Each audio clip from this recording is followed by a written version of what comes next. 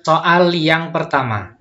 Dalam sebuah diskusi, Pak Ali melihat Budi terlalu aktif dengan mendominasi seluruh pertanyaan dan pandangannya tentang terjadinya banjir. Dengan bijaksana, lalu Pak Ali mencegah monopoli yang dilakukan Budi. Pencegahan yang dilakukan Pak Ali sesuai dengan keterampilan membimbing diskusi kelompok kecil pada komponen A. Memperjelas masalah, B. Mengevaluasi pandangan, C. Menyebarkan kesempatan berpartisipasi, D. Menguraikan pendapat. Jawaban yang tepat adalah yang C ya, menyebarkan kesempatan berpartisipasi agar yang lain juga bisa memberikan pernyataan atau pertanyaan. Next, soal yang kedua. Di bawah ini merupakan peranan guru dalam membantu perkembangan pribadi siswa kecuali A. Peduli, B. Konsisten, C. Permisif, D. Lingkungan yang labil. Jawaban yang tepat adalah yang D ya, jelas lingkungan yang labil. Ini bukan termasuk dalam membantu perkembangan pribadi siswa. Berikutnya kita bahas soal yang ketiga. Salah satu kebutuhan anak yang dapat dipenuhi melalui disiplin adalah dapat membuat anak merasa aman. Karena A. Melalui disiplin anak dibantu untuk hidup sesuai dengan norma sosial. B. Anak akan mengembangkan kata hatinya dalam membuat keputusan. C. Anak belajar mengapa pola perilaku tertentu diterima dan mengapa pola perilaku lain tidak diterima. D. Melalui disiplin, anak tahu apa yang boleh dan tidak boleh dilakukan. Jawaban yang tepat yang mana? Ya, tepat, yaitu yang D. Melalui disiplin, anak tahu apa yang boleh dan tidak boleh dilakukan. Oke, kita lanjut ya, berikutnya yaitu yang nomor 4. Proses pembelajaran dalam mencapai komponen lulusan pada dimensi sikap diperoleh melalui A. Menerima, mengetahui, memahami, menerapkan, menganalisis. B. Menerima, menjalankan, menghargai, menghayati, mengamalkan. C. Menerima, memahami, menerapkan, menyajikan, mengomunikasikan. D. Mengetahui, memahami, menerapkan, menalar, mengomunikasikan. Jawaban yang tepat adalah yang ya, pintar sekali. B ya. Menerima, menjalankan, menghargai, menghayati, kemudian mengamalkan ya. Berikutnya kita bahas soal yang kelima. Peran guru dalam proses belajar sistem pondok yang dikemukakan oleh Ki Hajar Dewantoro adalah sebagai berikut. Kecuali A. Mencetak pemimpin yang gugup, B. Menghasilkan seorang intelektual, C. Mengembangkan kondisi dan suasana pondok, D. Mentransfer ilmu pengetahuan pada peserta didik. Mana nih yang benar? Ya. Oke, udah pinter nih berarti ya teman-teman. D jawabannya, mentransfer ilmu pengetahuan pada peserta didik. Kecuali ya, yang jelas yang namanya ilmu itu ya kita transfer ya ke peserta didik untuk mendapatkan ilmu yang didapatkan. Next, kita bahas soal yang keenam. Indikator dalam RPP dikembangkan berdasarkan A. Standar kompetensi, B. Kompetensi dasar, C. Materi pembelajaran, D. Strategi pembelajaran. Mana yang benar? B ya, kompetensi dasar. Indikator RPP itu dikembangkan berdasarkan kompetensi dasar. Selanjutnya bahas soal 7. Seorang guru mampu menguasai substansi keilmuan yang terkait bidang studi. A. Kompetensi pedagogik, B. Kompetensi kepribadian, C. Kompetensi profesional, D. Kompetensi sosial. Mana yang benar? Ya, oke, tepat. Yaitu yang C, kompetensi profesional. Di sini menguasai terkait dengan keilmuan. Selanjutnya, kita bahas soal yang ke-8. Jika sebelum melakukan tindakan, guru tidak menentukan cara mengumpulkan data. Dalam melaksanaan tindakan, kemungkinan besar akan terjadi hal-hal berikut. Kecuali A. Data yang dikumpulkan akan mubazir. B. Data yang diperlukan tidak terjaring. C. Guru yang bingung menafsirkan data. D. Guru tidak memerlukan data. Jawaban yang tepat yang mana? Ya, tepat, yaitu yang D. Guru tidak memerlukan data ya. Oke, lanjut kita bahas soal yang ke-9. Pengertian kelas dalam PTK. PTK itu penelitian tindakan kelas adalah sekelompok peserta didik yang sedang belajar. Adapun komponen dalam sebuah kelas yang dapat dikaji melalui penelitian tindakan antara lain adalah sebagai berikut. Kecuali A. Guru, B. Siswa, C. Materi pelajaran, yang D. Hasil pembelajaran. Mana yang tepat? Ya, yaitu yang C ya, materi pelajaran ya, terkait dengan komponen ya, komponen yang diperlukan ya, yang harus ada. Jadi yang belum ada ya, itu di sini komponen yang pengecualian itu adalah materi pelajaran. Lanjut kita bahas ke soal yang 10. Pak Bonar adalah guru yang terkenal sangat galak. Ia suka memukul siswa yang dianggap bersalah. Para siswa menjadi takut tetapi hormat kepadanya. Berbeda dengan Pak Ali yang guru agama. Ia pendiam, penyabar, sangat teliti, dan murah senyum. Anak-anak menjadi segan dan hormat kepadanya. Adakah perbedaan rasa hormat siswa kepada kedua orang guru di atas? Jika ada, apa penyebabnya?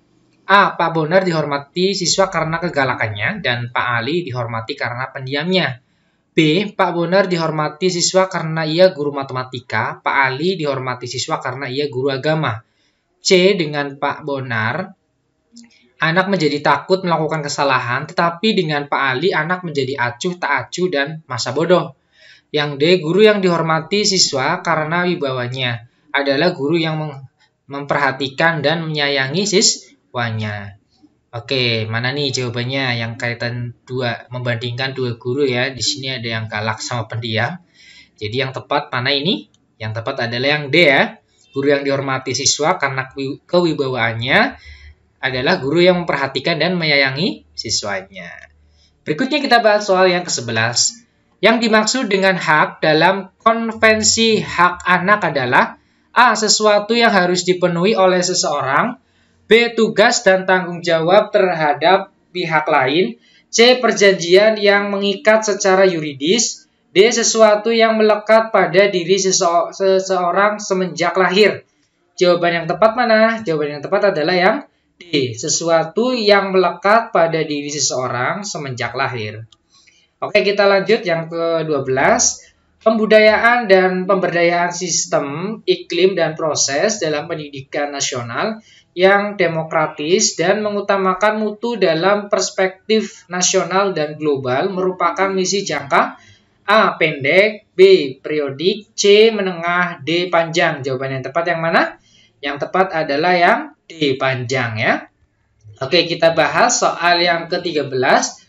Di dalam prinsip perencanaan inovasi pendidikan terdapat 3 jenis hubungan yang perlu dijalin dalam rangka inovasi pendidikan, yaitu kecuali hubungan, yang A. reaktif, B. proaktif, C. responsif, D. interaktif.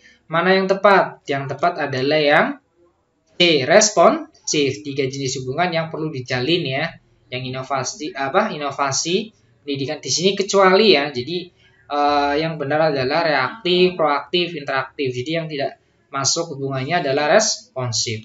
Berikutnya kita bahas yang nomor 14. Seseorang peserta didik memprotes skor yang diperoleh pada soal nomor 4 dalam ulangan yang telah dilaksanakan.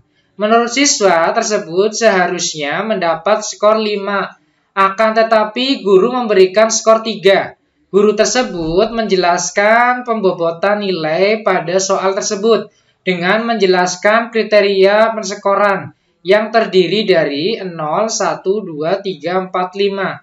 Peserta didik pun mengerti dan menerima skor tersebut.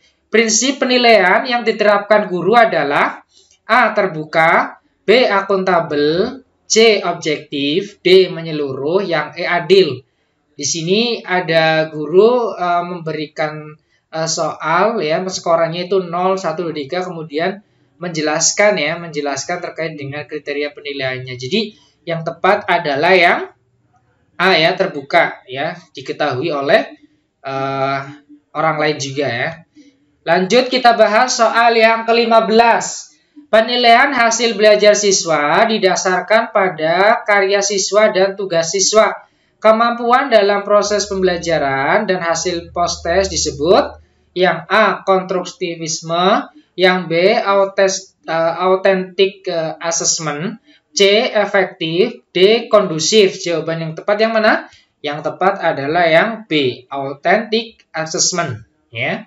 Kemampuan dalam proses pembelajaran dan hasil post-test. Kita lanjut soal yang ke-16. Salah satu faktor yang dapat menentukan perwujudan bakat adalah faktor dalam diri anak, yaitu keadaan yang berkaitan dengan A. dukungan keluarga, B. minat anak, C. dukungan masyarakat, yang D. minat orang tua. Jawaban yang tepat yang mana?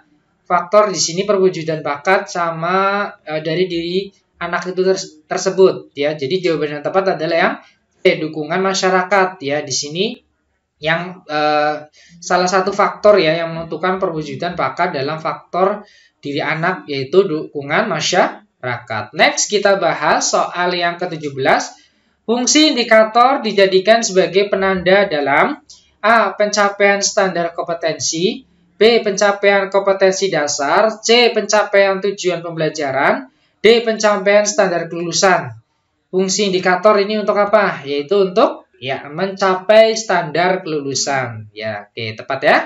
Kita lanjut soal yang ke-18. Ke-18 ini jawabannya adalah kesenyapan ya. Kenapa kesenyapan? Karena di sini dilihat Pak Ali mengajukan pertanyaan kepada salah seorang siswa yang sedang sibuk sendiri. Setelah berdiam sejenak sambil memandang siswa yang sibuk sendiri, Pak Ali kemudian menunjuk siswa yang sibuk sendiri. Nah, contoh tersebut dilakukan Pak Ali untuk mengadakan variasi dalam bentuk kesenyapan ya, biar memperhatikan gurunya dalam menjelaskan. Kita lanjut soal yang ke-19. Pengetahuan tentang perkembangan anak sangat diperlukan oleh guru untuk A. menentukan posisi anak di dalam keluarga, B. mengidentifikasi bahan ajar yang sesuai bagi kelompok, C. menentukan mengelompokkan kelas, D. menyesuaikan metode pembelajaran. Yang tepat yang mana? Yang tepat adalah yang D ya, mengidentifikasi bahan ajar yang sesuai bagi kelompok. Lanjut yang terakhir soal yang ke-20. Hari ini diadakan penilaian harian oleh Pak Bobi, guru bahasa Jawa. Jumlah nomor soal ada 10. Siswa diminta untuk mengerjakan 7 nomor soal dari 10 soal yang diberikan. Siswa bebas memilih 7 nomor soal dari 10 soal yang diberikan Pak Bobi yang dilakukan Pak Bobi tidak sesuai dengan prinsip penilaian. A. adil, B. objektif, C. menyeluruh, D. sistematis, yang E. beracuan kriteria. Di sini ada 10 soal, kemudian disuruh menjawab 7 nomor. Jawaban yang tepat adalah A ya. Di sini tidak sesuai karena prinsip penilaian yang adil. Oke, ini saja yang bisa saya berikan. Semoga bermanfaat.